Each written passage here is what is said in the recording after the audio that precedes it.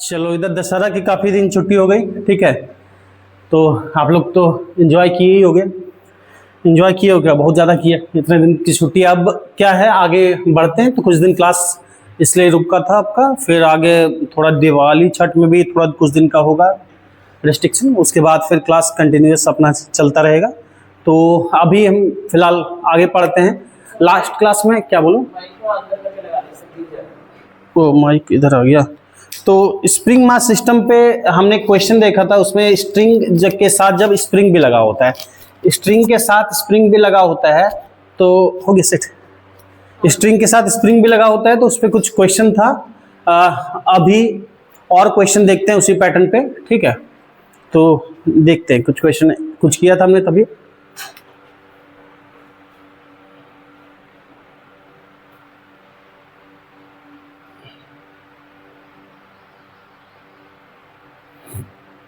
मान लो एक पुली लगा हुआ इस तरह से, ठीक है। एक पुली है और मान लो कि एक स्ट्रिंग लगा दो, बल्कि दो पुली लगा दो। इधर से एक मास लगा दो, इस पुली में एक मास लगा दिया, ठीक। इधर से एक और पुली लगा दिया और एक मास यहाँ भी दे दोगे क्या? एक काम करते कि स्प्रिंग दे देते हैं, ठीक है। और इधर में ये लगा देते हैं। तो इस तरह से मान लो कि पुली है और मास है, एक इसको फिक्स किया है ना, तो इधर भी फिक्स ही कर दो, इधर ही फिक्स कर दो, यहाँ पे भी एक स्प्रिंग लगा दिया। चलो, दो स्प्रिंग है, एक स्प्रिंग इधर है, एक स्प्रिंग इधर है। दो पुली दिख रहा है, मास दिख रहा है। उसके बाद दोनों का मान लो स्प्रिंग कांस्टेंट दे रखा है। इसका दे रखा है 50 न्यूटन पर मीटर, मान लो 50 न्यूटन पर मीटर। और इसका दे रखा है स्प्रिंग कांस्टेंट K2, मान लो दे रखा है से कुछ 100 कर लेते हैं, 100 न्यूटन पर मीटर, ठीक है ना। 50 न्यूटन पर मीटर, दूसरा दे रखा है 100 न्यूटन, या चेंज करोगे इसको कर लो, ठीक है, फर्क नहीं पड़ता, 100 कर सकते हो या 200 कर लो, ठीक। 200 न्यूटन पर मीटर। और दोनों जो मास है, एक मान लो है तुम्हारा जबकि एक ही मास है ना, तो इसको कुछ दे दो, मान लो ये मास है से 40 kg, तो एक 40 kg मास है। ये स्प्रिंग है, स्प्रिंग कांस्टेंट K1 50 है, दूसरे का क्या है K2 200 न्यूटन मीटर है। आपको सिंपल बताना है, find the elongation in both the spring, find the elongation in both the spring, find the elongation in both the spring if the system is released from rest, find the elongation in both the spring if system is released from rest। तो दोनों में क्या बताना है, elongation बताना है। तो कर सकते हो, ट्राई करो। 2 मिनट टाइम देता हूँ। अब बोलोगे आने के साथ खतरनाक क्वेश्चन, तो ऐसा है, इतना दिन छुट्टी काटे, करो, ट्राई करो। देखो क्या किया, ये मास हटा दिया अभी के लिए, ठीक है ना। तो मास हटा दिया, इसको भी फिक्स कर दिया, इसको भी फिक्स कर दिया, और ये यहां भी फिक्स है। अब बताना है इलोंगेशन दोनों के केस में, ठीक है। क्वेश्चन क्या है, सिंपल, इसका इलोंगेशन इस स्प्रिंग का और इस स्प्रिंग का।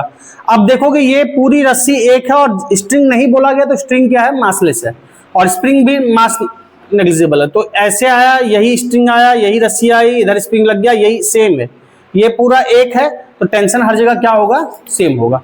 अगर मैं यहाँ पे टेंशन बोलता हूँ T, तो इस पूरे में टेंशन हर जगह क्या लगेगा, T।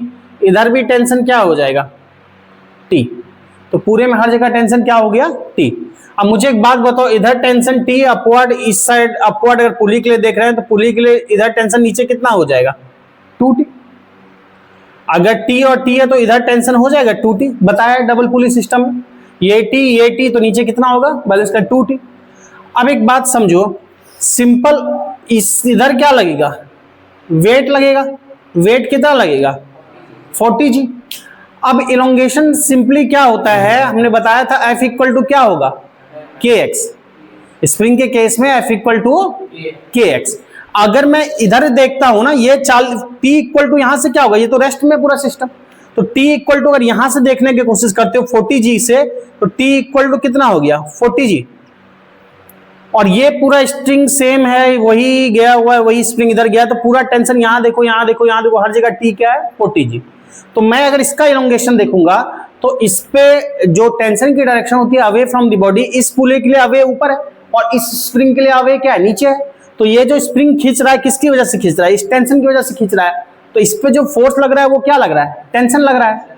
तो अगर मैं इलोंगेशन इसका बोलूंगा, इस वाले का इलोंगेशन, इस वाले का इलोंगेशन, तो इसका इलोंगेशन क्या बोलूंगा, इलोंगेशन F इक्वल टू क्या बोलते हैं, kx, force equal to kx। Elongation का ये बताया था ना स्प्रिंग केस में, F equal to kx, minus direction के लिए था। तो x इक्वल टू क्या है, F बाई k। तो यहां किस फोर्स के कारण खींच रहा है, T के कारण, टेंशन के कारण। तो F बाई k यानी फोर्स क्या है, T। T बाई क्या लिखेंगे, K1। T बाई सिंपली क्या लिखेंगे, K1।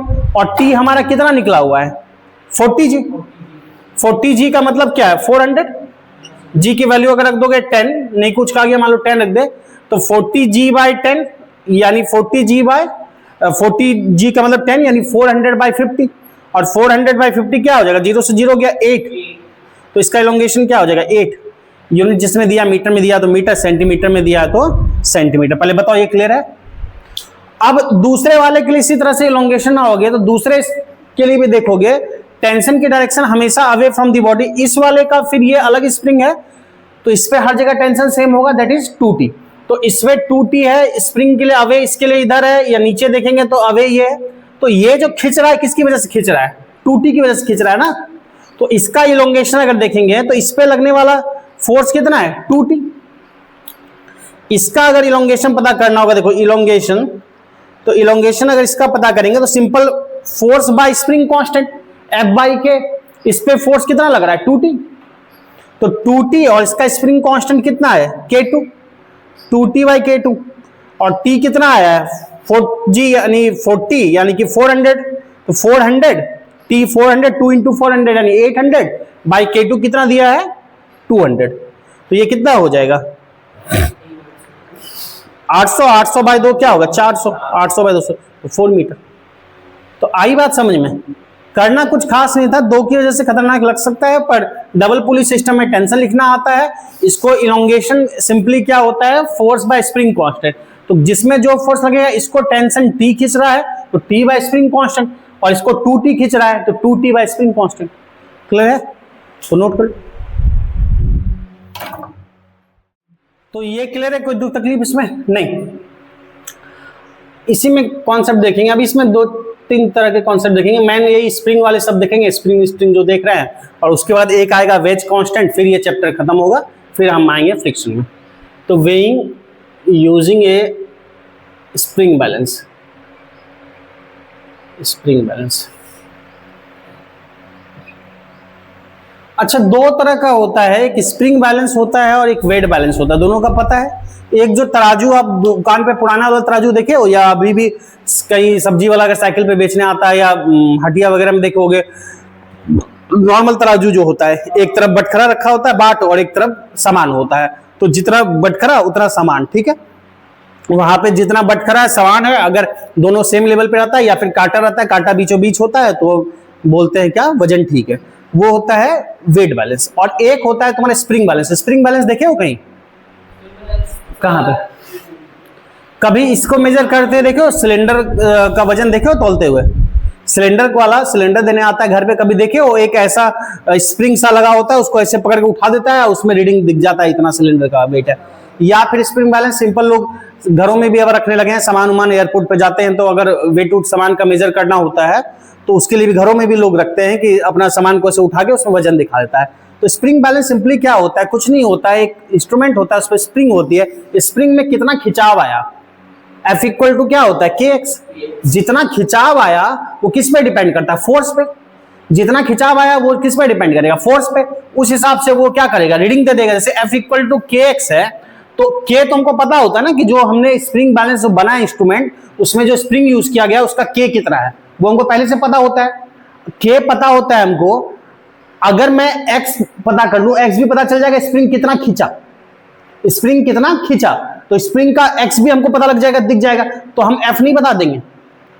और F क्या है, उस स्प्रिंग बैलेंस में हुक होता है नीचे, हुक से सामान को लटका दिया जाता है और उसको पकड़ के उठाते हैं। तो हुक से जब सामान को लटकाएंगे तो सामान के वजन की वजह से क्या होगा, स्प्रिंग खींचेगा, सामान की वजह से स्प्रिंग खींचेगा। तो स्प्रिंग कितना खींचा और उसका स्प्रिंग कांस्टेंट कितना है, दोनों को मल्टीप्लाई कर दे तो हमको क्या पता लगेगा, फोर्स। फोर्स का मतलब क्या, लोड, जिसकी वजह से स्प्रिंग खींचा।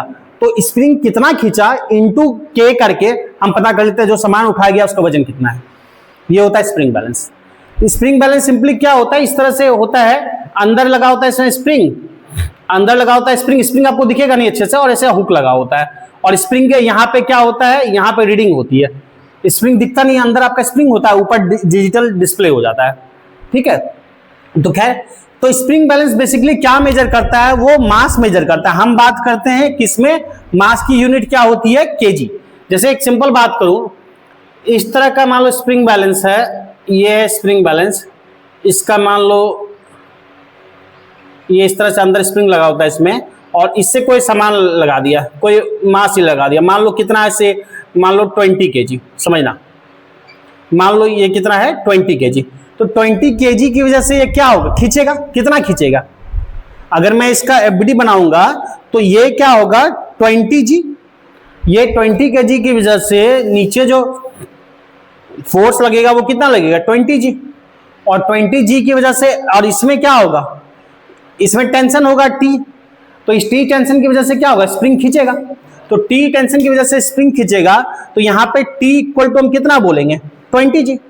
ये बैलेंस कर लेगा, जब वजन के कारण खिंच जाएगा, इसमें तनाव हो जाएगा, टेंशन हो जाएगा, तो T बैलेंस करेगा किसको, 20G को। पर जब हम रीडिंग बोलेंगे ना स्प्रिंग बैलेंस का, reading of spring balance, reading of spring balance, तो स्प्रिंग बैलेंस की रीडिंग जो होगा वो मास होगा, यानी कि हम क्या बोलेंगे T बाय G। T क्या है, फोर्स है ना, M इंटू G, और ये जो होगा वजन जो होगा, मास जो होगा वो किस में होगा, केजी में होगा। मास होगा केजी में, तो केजी लगने के लिए क्या करना पड़ेगा, M इंटू जी, M चाहिए, G हटाना है, तो G से क्या कर देंगे डिवाइड, तो 20G बाय सिंपल क्या होगा 20G बाय G, यानी क्या बोलेंगे 20 kg। तो कितना रीडिंग होगा 20 kg। बात समझ में आ रही है, तो नॉर्मल बात है, लिख लो, फिर इस पे क्वेश्चन देंगे, ठीक है। अब देखो क्या है कि यानी सिंपल क्या देगा, जो कि जितना लटकाया गया, मान लो से 30 kg लटकाया गया स्प्रिंग से, 30 kg लटकाया गया, तो कितना रीडिंग देगा 30, सिंपल बात है, 30 kg, 30G से खींचेगा, डिवाइड बाय G, यानी 30 kg देगा रीडिंग। अब हमने क्या किया, इसी स्प्रिंग बैलेंस को ले गए लिफ्ट में, इसी स्प्रिंग बैलेंस को ले गए लिफ्ट में एक, और वैसे ही मास लटका दिया, मास कितना भी लटका दिया जितनी इच्छा, मान लो मास लटका दिया हमने से, कितना लटका दे, चलो मास लटका दिया कुछ भी, मान लो वही 20 kg लटका दिया, चलो ठीक है, ठीक है। और जो लिफ्ट है वो मान लो 2 मीटर पर सेकंड स्क्वायर से ऊपर जा रहा है, लिफ्ट जो है वो 2 मीटर पर सेकंड स्क्वायर से ऊपर जा रहा है। तुमको बताना है simply reading of spring balance कितना होगा। अगर लिफ्ट नहीं होता और ये सिंपली क्या होता, सिस्टम रेस्ट में होता, ये लिफ्ट है और ये जो है लिफ्ट जो है 2 मीटर पर सेकंड स्क्वायर से ऊपर जा रहा है, तब रीडिंग कितना देगा स्प्रिंग बैलेंस, ठीक है। नहीं होता तब रीडिंग कितना देता, या लिफ्ट रेस्ट में होता या लिफ्ट पे नहीं रखा होता, तो कितना देता, तब 20 kg ही देता। अब कितना देगा, तो बताया आपको ऊपर जाने के केस में क्या होता है, नीचे जाने के केस में, तो जल्दी से बता दो कि अगर 2 मीटर पर सेकंड स्क्वायर से लिफ्ट नीचे जाने लगे, तो कुछ सही आंसर बता रहे हो सब, तो 2 से नीचे जाने लगेगा, तो फिर अगर हम डायरेक्ट भी कर सकते हैं, लिफ्ट के केस में बताया, तो नीचे जाने के केस में क्या हो जाएगा माइनस, तो 200 माइनस 40, 200 माइनस 40 कितना हो जाएगा, ये 160, ये क्या हो जाएगा 160 न्यूटन, अगर इतने से नीचे जाने लगे। या आपको ऐसे देखना है तो क्या है, सिंपल ये नीचे आने लगा, तो नीचे आने लगा तो यहाँ इक्वेशन क्या बन जाएगा, अगर नीचे आने लगा मतलब 20G ज्यादा है, नेट क्या बोलेंगे, ज्यादा माइनस कम, यानी कि नेट अगर लिखते हैं तो अब लिखेंगे 20G minus T equal to क्या लिखेंगे 20A, 20G minus T equal to 20A, तो T इक्वल टू क्या होगा 20G माइनस 20A, तो 20G यानी 200 माइनस 40, तो बात वही होगी। इस केस में क्या हो जाएगा फिर 160 बाय 10, 160 बाय 10 और 160/10 का मतलब क्या है 16 kg, तो आंसर क्या हो जाएगा 16 kg। पहले बताओ इसमें कोई तकलीफ? अच्छा, इसी में अगर मैं क्वेश्चन दे दूं कि ठीक है इस तरह से, अगर ऊपर जाने के केस में मैं एक्सेलरेशन कुछ बोला तो आपने सिंपल सॉल्व किया या देख लिया ऊपर जाने में क्या हो जा रहा है mg प्लस ma, और नीचे आने के केस में क्या कर रहे हो mg माइनस ma।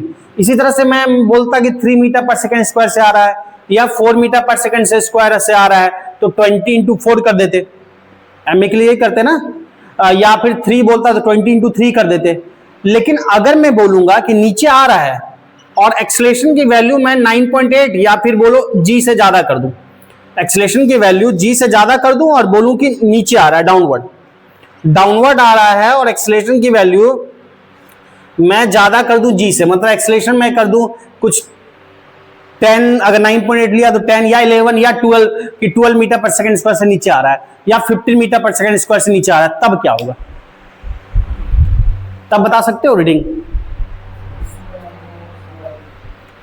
अगर a ग्रेटर देन g कर दे, a ग्रेटर देन g कर दे तब रीडिंग क्या होगा? तुम बोल रहे हो नेगेटिव में आएगा, ठीक है। और दूसरा बालक तुम क्या बोल रहे हो? अगर a को g से ज्यादा कर देंगे,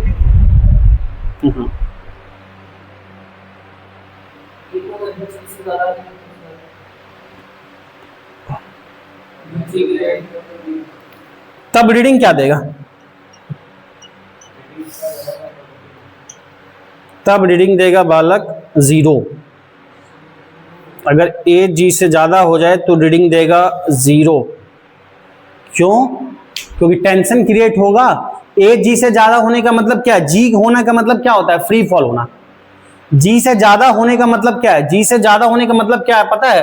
कि a g से ज्यादा हो गया, अगर टेंशन 0 हो गया तो रस्सी लूज हो गई। नेगेटिव होने का मतलब क्या है? रस्सी टूट गई एक तरह से। a g से ज्यादा हो गया मतलब g 9.8 से कोई चीज को खींचना चाहता है, 9.8 से कोई चीज को खींचना चाहता है, पर नेट जो डाउनवर्ड एक्सेलरेशन है वो 9.8 से भी ज्यादा हो गया। डाउनवर्ड एक्सेलरेशन g से ज्यादा 9.8 से ज्यादा हो गया, मतलब अगर a को g से ज्यादा कर देंगे वो सीधा नीचे चला जाएगा, यानी कि कोई टेंशन ही क्रिएट नहीं होगा, वो रस्सी क्या होगा? टूट जाएगी। उस केस में तुम्हारा रीडिंग क्या होगा? रीडिंग होगा 0। समझ में आ रही है बात? डाउनवर्ड केस में, तो इसको नोट कर लो। अब चलो कुछ क्वेश्चन अलग टाइप से करते हैं इसी में। अगर रस्सी कट जाती है तो क्या होता है? एक बार रस्सी में देखेंगे फिर स्प्रिंग में देखेंगे। तो फाइंड, क्वेश्चन लिखो, tension in A just after B, find tension in A just after B is cut, just after B is cut. अब ए और बी क्या है यहाँ पे देखते हैं फिगर में। दो अलग अलग रस्सी होगी, दो स्ट्रिंग होगी अलग अलग। एक मान लो स्ट्रिंग है ये, ठीक है, और एक और स्ट्रिंग है ये, ठीक। इसका मान लो M1 अटैच है, इससे जो मास अटैच है दैट इज M2, ठीक। दोनों जो स्ट्रिंग है उसको नाम दे दो कुछ। मान लो इस वाले को नाम दे दिया A और इस वाले स्ट्रिंग को नीचे वाले को दे दिया B, ठीक है। अच्छा, एक बात और इसमें कह दिया जाएगा क्वेश्चन में, या कह दिया हमने, स्ट्रिंग क्या है? तो रस्सी जो है इनएक्सटेंसिबल है, मतलब रस्सी में जो है खिंचाव नहीं हो रहा, हो भी रहा है तो नेग्लिजिबल हो रहा है। जैसे स्प्रिंग है, स्प्रिंग में खिंचाव जो होता है ठीक ठाक होता है, एक्सटेंशन होता है, विजिबल है, इसमें नहीं है वैसा, तो ये इनएक्सटेंसिबल है। और बी को हमने कट कर दिया। आपको बताना है कि टेंशन क्या होगा ए में just after B is cut. अगर बी कट कर देंगे तो टेंशन इन ए क्या होगा? बता पाओगे? इस टाइप का क्वेश्चन नहीं किए हैं पहले, तो समझना जरा मैं जो बता रहा हूं। ये बी है, ये ए है, इसमें क्या लगेगा नीचे? M2 जी, यहां पे, ठीक। अच्छा, इसका वेट यहां पे किसका वेट लगेगा?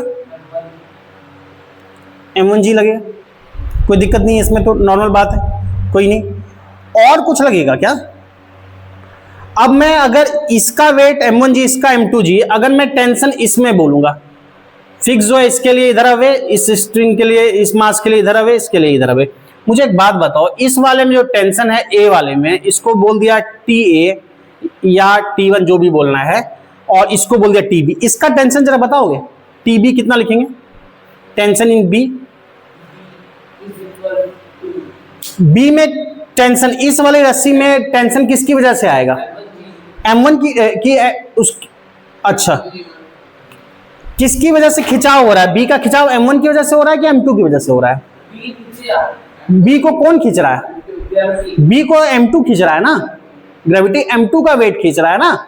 इसके बी जो है M1 है M2 है, तो बी जो है M1 कैसे खींच लेगा बी को, M1 तो ए वाली रस्सी को खींचेगा ना, M1 का जो वेट है वो नीचे लग रहा है, किसको खींचने में मदद कर रहा है, ए को। बी को कौन खींच रहा है, M2 खींच रहा है ना, क्योंकि बी के नीचे कौन है, M2 है, तो M2 की वजन की वजह से इसमें खिंचाव आएगा, इसके वजन की वजह से बी में खिंचाव कहां आएगा, M1 की वजन से तो ए में खिंचाव आएगा ना, बात समझ रहे हो, कॉमन सेंस नॉन वाली। तो बी में जो खिंचाव आएगा, बी के ऊपर वाला थोड़ी खींच पाएगा, नीचे वाला खींचेगा ना, तो बी में जो टेंशन आएगा वो किसकी वजह से आएगा, M2 की वजह से। तो टेंशन इन बी क्या लिखेंगे, tension in B M2 G, tension in B M2 G, शुरुआत में जब कट नहीं किया गया है, ठीक।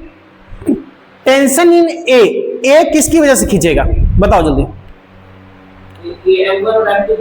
M1 M2 दोनों की वजह से खींचेगा, एक M1 भी खींच रहा है नीचे और इसका भी वजन नीचे खींच रहा है, इसका वजन बी को खींच रहा है तो ए भी खींच रहा है, तो टोटल जो ए खींच रहा है M1 M2 दोनों की वजह से खींच रहा है। तो टेंशन इन ए क्या होगा, M1 प्लस M2 इंटू जी। पहले बताओ ये क्लियर हुआ, ठीक है। ये कब है, ये जब तब है जब स्प्रिंग क्या हुआ, कट नहीं किया गया है, मतलब सॉरी रस्सी स्ट्रिंग कट नहीं किया। अब बोला गया क्वेश्चन में, ये तो शुरुआत में है, ठीक है, क्वेश्चन बोला गया find tension in A just after B is cut, उसी इंस्टेंट पे जब बी कट कर दिया गया, तो बी को हम कर दिए अब कट, इसको कट कर दिए, इसको कैंची से या जैसे भी इसको कट कर दिए ब्लेड से, तो इसको कट कर दिए। अब चूंकि स्ट्रिंग क्या है, इनएक्सटेंसिबल है, स्ट्रिंग स्प्रिंग की तरह खींच नहीं रही, इनएक्सटेंसिबल है, उसमें बस वजन की वजह से उसमें टेंशन क्रिएट हो रहा है उसके मटेरियल में, लेकिन वो उसकी लेंथ नहीं बढ़ रही, बढ़ रही है या घट रही है, उसकी लेंथ नहीं बढ़ रही, केवल उसमें टेंशन क्रिएट हो रहा है। तो जब इसकी लेंथ नहीं बढ़ रही है, मुझे एक बात बताओ, जैसे बी को कट करेंगे ए का टेंशन कितना होगा, ए केवल ये तो हट गया ना, ये तो रोल से ही हट गया। हाँ, तो क्या बोला गया, find tension in A just after B is cut, B को काट के हटा दिए, तो टेंशन ए में कितना होगा, M1 जी। बात समझे, सिंपल बात है, इसको हटा दिए, इन एक्सटेंसिबल है, मतलब जो पोजीशन बनी है उसी पोजीशन पे रहेगा, उसी पोजीशन पे ये M1 रहेगा, और किसकी वजह से खींचा है, केवल M1 जी की वजह से खींचा है। तो ये जो इसमें कोई एक्स्ट्रा एक्सटेंशन नहीं था, ये समझना, जब ये लटका हुआ था इससे केवल M1 था सिस्टम में, तब जितना खिंचाव था इसका ए का, M2 लटका दिए तो भी ए का खिंचाव उतना ही है, एक्सटेंशन नहीं हुआ है, लेंथ इनएक्सटेंसिबल है। जितनी लेंथ ये अभी थी, मान लो 5 सेंटीमीटर थी, जब M1 केवल होगा तब 5 सेंटीमीटर लेंथ थी, जब हमने M2 लटकाया तब भी इसकी लेंथ 5 सेंटीमीटर ही थी। तो कट करने की वजह से लेंथ इसमें कोई चेंज नहीं होगा, लेंथ वही 5 सेंटीमीटर ही रहेगी। बात समझ में आ रहा है, तो इसकी लेंथ वही 5 सेंटीमीटर रहेगी, तो जो इसका टेंशन होगा वो क्या होगा, अब केवल कौन खींच रहा है, M1 जी। तो M1 जी क्यों ऐसे बता रहा हूं, क्योंकि स्प्रिंग के केस में जो अगला मैं कराऊंगा उसमें कुछ अलग मामला होगा, इसलिए इस तरह से मैं बता रहा हूं कि इसकी लेंथ में कोई एक्सटेंशन नहीं होगा, इस बात पे इतना जोर इसलिए दे रहा हूं, तो देखेंगे उसको। तो टेंशन इन ए क्या होगा, just after B is cut, just after B is cut, तो ये हो जाएगा M1 जी। पहले बताओ इसमें कोई तकलीफ, हाँ लिख लो। देखो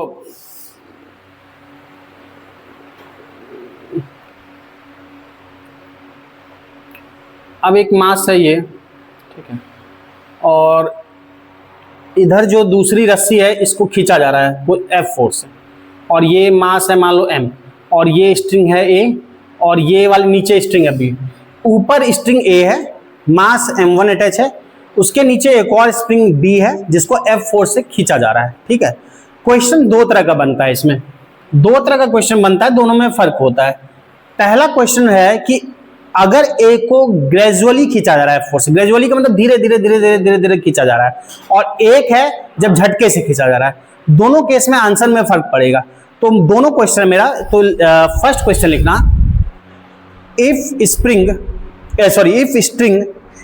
spring is pulled gradually, if string B वाली रस्सी, ठीक है ना, इफ स्ट्रिंग बी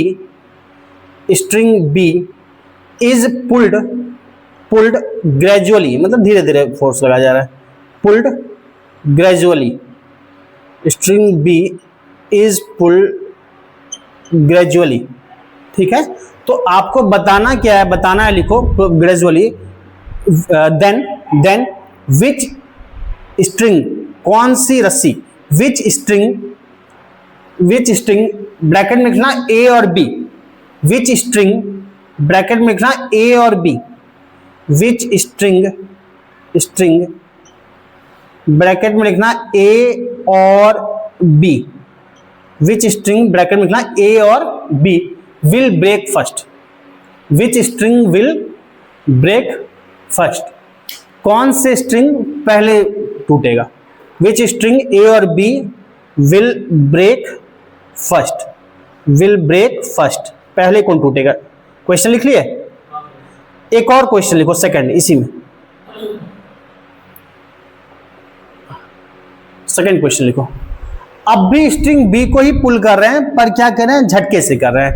तो लिखो इफ, सेकंड क्वेश्चन इसमें, if string B is pulled with jerk, string B, if string B is pulled with jerk, झटके से खींचा गया, with jerk, then which spring pulled with jerk, then which string रस्सी, pulled with jerk, then which string A और B, which string A और B will break first, तो कौन सा टूटेगा पहले।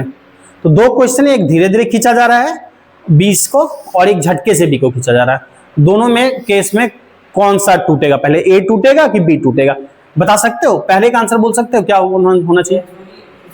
हाँ, ग्रेजुअली खींचा जा रहा है तो ए टूटना चाहिए, क्या बोल रहे हो बालक, और झटके से खींचा जाएगा तो कौन टूटना चाहिए। हाँ बताओ, दोनों में मतलब पहला का आंसर क्या होना चाहिए, ग्रेजुअल, कौन टूटेगा पहले, ए की बी, पहले का बी होना चाहिए, दूसरे का उल्टा बोल दिया बालक। देखो एक तो कॉन्सेप्ट वाइज जाएंगे ही, और एक लॉजिकली भी देखोगे ना, आप किसी चीज को खींचने की कोशिश करो, इसी को बहुत झटके से अचानक खींचोगे, अगर झटके से खींचोगे ना पहले ये टूटेगा, और अगर धीरे धीरे खींचोगे तो ए टूटेगा। अभी हम देख भी लेते हैं कैसे। अगर मैं यहाँ पे समझना, अगर टेंशन लिखने की कोशिश करूं या फोर्स लिखने की कोशिश करूं, इसके लिए आवे ये, इसके लिए आवे, इस पे नीचे कौन कौन सा फोर्स लग रहा है, एक M1G या M लिखा, M1 लिखा, ठीक है M1 लिखा, तो M1G और एक क्या लग रहा है F, तो टोटल जो टेंशन ऊपर बैलेंस होगा वो किसके इक्वल होगा, टेंशन टोटल जो होगा एक का, या ऊपर जो टेंशन लगेगा वो M1G प्लस F, M1G भी नीचे लग रहा है ना, और F भी नीचे लग रहा है ग्रेजुअली, तो टेंशन टोटल ऊपर कितना लगेगा, M1G प्लस F, और नीचे वाले जो स्ट्रिंग है B जो है, B पे कितना फोर्स लग रहा है, कितना टेंशन लग रहा है, B पे केवल लग रहा है सिर्फ F, टेंशन एट B क्या लिखोगे, देखो A पे लग रहा है M1G प्लस F दोनों, चूंकि वेट नीचे है और F भी नीचे है, दोनों जितना नीचे लगेगा उतने को बैलेंस करेगा रस्सी, ठीक, स्ट्रिंग करेगा, और B के ऊपर है M1, तो B को केवल F फोर्स खींच रहा है, तो टेंशन एट B क्या लिखोगे, टेंशन एट B क्या लिखोगे F, tension at B F।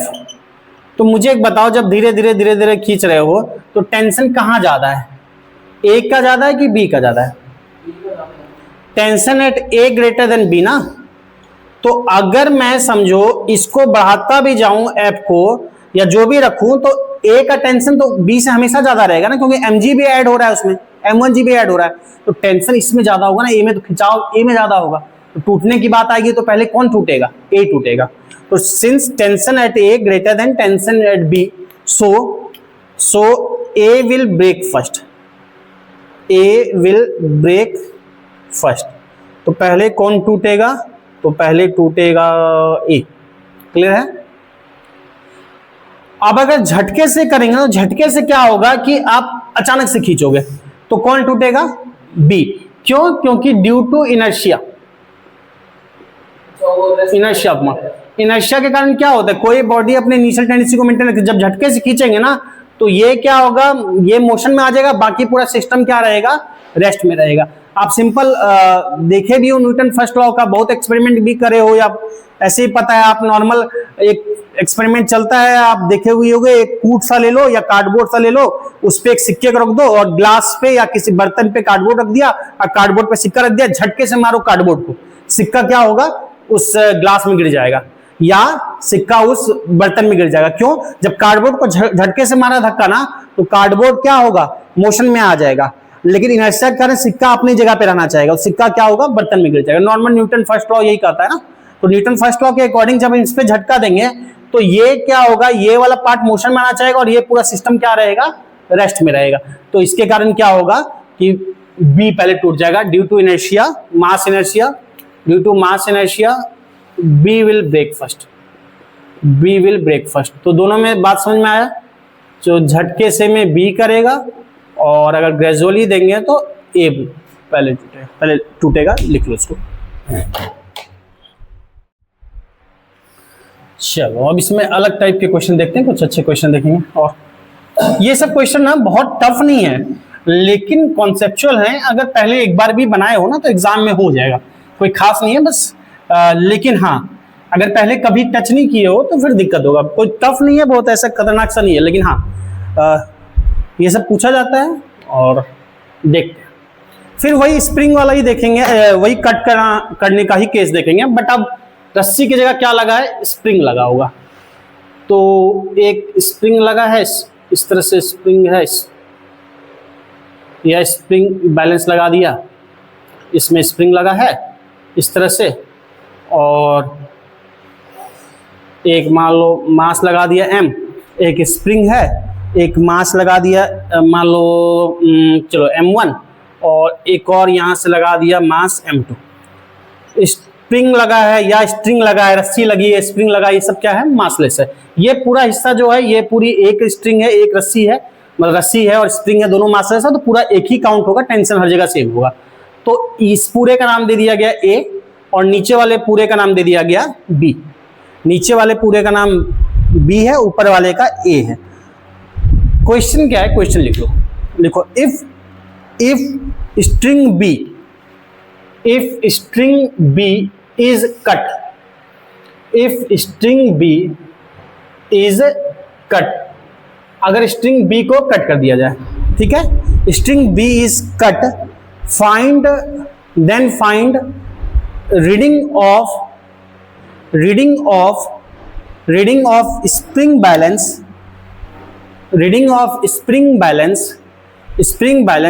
just after B is cut, reading of spring balance just after reading of spring balance just after B is cut, just after B is cut। बालक देखते हैं, reading of spring balance just after B is cut, पहला question. दूसरा इसी में लिखो also find acceleration of both the mass, also find acceleration of both the mass. तो also find acceleration of both the mass. अब दो question है इसमें, acceleration of both the mass. अब ध्यान रखना ये स्प्रिंग है, स्ट्रिंग नहीं है, दोनों में मामला में अंतर होगा, ऐसे मैंने अभी बताया नहीं है। Masses both the mass, find the acceleration of both the मास। मैंने अभी बताया नहीं स्प्रिंग के केस में क्या होता है, स्ट्रिंग में बताया है। तो अगर कर सकते हो ट्राई तो करो, अदरवाइज मैं बताऊंगा अभी, ठीक है। ये बताया नहीं अभी। देखो इसमें बात समझो, दोनों बालक क्या बोल रहे हो, रीडिंग M1 जी, M1। देखो चक्कर क्या है यहाँ बालक ना, कि ये स्ट्रिंग नहीं है, स्प्रिंग है। स्प्रिंग और स्ट्रिंग में फर्क होता है और जस्ट आफ्टर पूछा गया है। देखते हैं क्या बात है। पहले तो शुरुआत का चलते हैं। M2G लगेगा जब कट नहीं किया गया है, नॉर्मल M2G लगा नीचे। इसमें क्या लगा? M1G नीचे लगा, मतलब इसके कारण। और टेंशन की जब बात करेंगे तो tension away from the body, तो टेंशन A में कितना बोलेंगे? एक तो M1G खींच रहा है और ये भी खींच रहा है, तो टोटल जो खींच रहा है वो M1 प्लस M2G। तो इसमें तो कोई दिक्कत नहीं होना चाहिए, ये तो जो है ठीक है ना। और इसमें टेंशन की बात करेंगे तो B में कितना लिखेंगे? B को खींच रहा है M2, तो M2G। तो यहां तक तो ठीक है, कोई बात नहीं। अब बात समझना बालक, स्ट्रिंग और स्प्रिंग में क्या अंतर होता है। स्ट्रिंग में इनएक्सटेंसिबल लिख रहा हूं, जनरल केस में इनएक्सटेंसिबल ही है, लेकिन स्प्रिंग में खिंचाव होता है। स्प्रिंग इनएक्सटेंसिबल नहीं होगा, स्प्रिंग एक्सटेंसिबल होगा। तो स्प्रिंग में क्या होगा पता है कि इसके केवल M1 जब लगाएंगे ना तो ये थोड़ा खींचेगा स्प्रिंग। मान लो इसकी लेंथ से इनिशियल 5 सेंटीमीटर थी, एक एग्जांपल दे रहा हूं, और खींच के लेंथ हो गई मान लो 5.2 सेंटीमीटर। फिर जब M2 जोड़ेंगे ना फिर ये खिंचकेगा, और तो मान लो और कुछ भी खींचा, मान लो 0.2 या 0.3 खींचा, मान लो फिर 0.3 खींचा, कितना हो जाएगा? 5.5 सेंटीमीटर। तो ये हर केस में मास लगाएंगे तो उसके खिंचाव में चेंज होगा, तो ये खींचेगा, ठीक ना। अब क्या होगा बात समझना। शुरू में अगर टेंशन बोलेंगे तो शुरू में इसका टेंशन क्या है? ये है, और इसका टेंशन क्या है? ये है शुरू में। लेकिन जब B को करेंगे कट, ठीक है ना। अब समझो, जब B को कट करेंगे तो ये स्प्रिंग है बालक, स्प्रिंग तुरंत रिलैक्स नहीं होता है। स्प्रिंग तुरंत रिलैक्स नहीं हुआ, उसका लेंथ चेंज हुआ है। स्प्रिंग का लेंथ चेंज नहीं हुआ था, जहां था अब भी वही है, लेकिन स्प्रिंग का लेंथ चेंज हुआ है, स्प्रिंग खिंच गया है। और जैसे कट करोगे तुरंत वो नहीं आएगा, वो इनर्शिया में रहेगा, कुछ देर में धीरे धीरे धीरे धीरे धीरे धीरे अपने पुरानी पोजीशन को रिगेन करेगा। क्वेश्चन बोलता है इसलिए जस्ट आफ्टर कट, मैंने लिखा था just after B is cut, तो जस्ट आफ्टर तुरंत कट करेंगे उस समय ये रिलैक्स नहीं होगा, तो उस समय जो इसका खिंचाव रहेगा वो M1 M2 दोनों के कारण ही रहेगा। मतलब ये जितना खिंचा है उससे रिलैक्स तुरंत नहीं हो जाएगा। और क्वेश्चन बोला है जस्ट आफ्टर, धीरे धीरे करके हो जाएगा, धीरे धीरे करके कुछ देर बाद ये फिर से अपने इनिशियल पोजीशन केवल M1G के कारण खिंचाव हो जाएगा, कुछ देर के कारण इसमें M1 हो जाएगा, लेकिन तुरंत नहीं होगा। तुरंत ये इनर्शिया कारण अपने पोजीशन में रहेगा। यानी इस पे जो रीडिंग बोलेंगे जस्ट आफ्टर कट, जो बोलेंगे reading just after cut, just after, तो रीडिंग क्या रहेगा? सेम ही रहेगा। यानी कि क्या बोलते हैं रीडिंग T/G, तो TA/G, और A में क्या रहेगा? M1 plus M2। तो स्प्रिंग और स्ट्रिंग में ये फर्क है, इसकी लेंथ में चेंज होता है और रिलैक्स तुरंत नहीं हो जाएगा, कुछ टाइम लेगा फिर रिलैक्स होगा। तो इसमें क्या बोलेंगे? Reading M1 plus M2। बात समझ में आई? अच्छा, एक तो ये हो गया। एक और क्वेश्चन दिया था ना कि एक्सेलरेशन दोनों का बताना, दोनों का एक्सेलरेशन बता पाओगे? देखो B के लिए तो दिक्कत नहीं होना चाहिए, कट के बाद एक्सेलरेशन बताना है, B का तो बता देना चाहिए तुम लोग को। B का क्या होगा जल्दी बताओ? B तो सिंपल फ्री फॉल होगा ना, उसको कोई पकड़ा नहीं है, इस रस्सी काट दिया, फ्री फॉल होगा, सीधा G से नीचे गिरेगा। तो B का एक्सेलरेशन तो कट के बाद दिक्कत नहीं होना चाहिए, B का सिंपली फ्री फॉल होगा। B के साथ क्या होगा? अगर कट कर दिए तो B simply A equal to G, free fall होगा, से नीचे आएगा। तो B का एक्सेलरेशन कितना हो जाएगा? B का एक्सेलरेशन G हो जाएगा। तो एक्सेलरेशन जो है इसका हो जाएगा G, और डायरेक्शन क्या होगी? ऑब्वियस है डाउनवर्ड होगी, डाउनवर्ड होगी। तो इसमें तो दिक्कत नहीं होना चाहिए। बात है जस्ट आफ्टर पूछा गया है, जस्ट आफ्टर का फर्क पड़ता है। अब मैं अगर बात कर रहा हूं, ये तो B के लिए किया, दैट इज M2। अब अगर मैं A के लिए बात करूं, M1 के लिए, जरा देखना ध्यान से समझना। जस्ट आफ्टर बोला गया है, कुछ देर बाद तो अलग मामला होगा। तो इस पे क्या क्या लग रहा है? जस्ट आफ्टर, ये समझो, जस्ट आफ्टर का मतलब ये रोल से हट गया, M2 हट गया, M2 का भूल जाओ। तो इस पे क्या लग रहा है? जस्ट आफ्टर एक तो वेट नीचे M1G लग रहा है, और टेंशन क्या लगेगा? टेंशन यही लगेगा M1 प्लस M2। क्यों? क्योंकि ये अभी इनर्शिया के कारण अपनी जगह पे है, रिलैक्स होने में टाइम लगाएगा, धीरे धीरे धीरे रिलैक्स होगा। तो जस्ट आफ्टर जो होगा, तो जस्ट आफ्टर टेंशन इतना ही बना रहेगा, हमने देखा भी M1 प्लस M2G। तो इस पे ऊपर फोर्स कितना लग रहा है? M1 प्लस M2G, और नीचे कितना लग रहा है? M1G। ज्यादा किधर है, ऊपर की नीचे? ऊपर। तो नेट की तरफ जाता है, यानी एक्सेलरेशन किधर होगा? ऊपर। नेट। तो एक्सेलरेशन जब बोलेंगे तो एक्सेलरेशन सिंपल अगर बोलते हैं तो आप जैसे भी बोलो driving minus opposing by total, acceleration net force by total mass, तो net force driving minus opposing यानी m1g plus m2g, m1g plus m2g minus m1g, driving force minus opposing force by total mass. Total mass क्या है m1, इसी पे देख रहे हैं ना, एक्सेलरेशन m1 का ही तो देख रहे हैं। तो ड्राइविंग ऊपर कौन ले जा रहा है ये, और नीचे ले जा रहा है कौन, m1g। तो यहां से m1g और m1g कैंसिल हो जाएगा, m1g और ये m1g कैंसिल। तो एक्सेलरेशन क्या हो जाएगा, m2g बाय m1। तो इसका एक्सेलरेशन कितना हो जाएगा, m2g बाय m1। और डायरेक्शन किधर होगी, चूंकि ऊपर जाता है तो इसका एक्सेलरेशन होगा इतने से धीरे धीरे ये ऊपर जाने का शुरुआत करेगा, ऊपर जाने लगेगा। तो पहले बताओ ये क्लियर है, इसमें कोई दुख तकलीफ।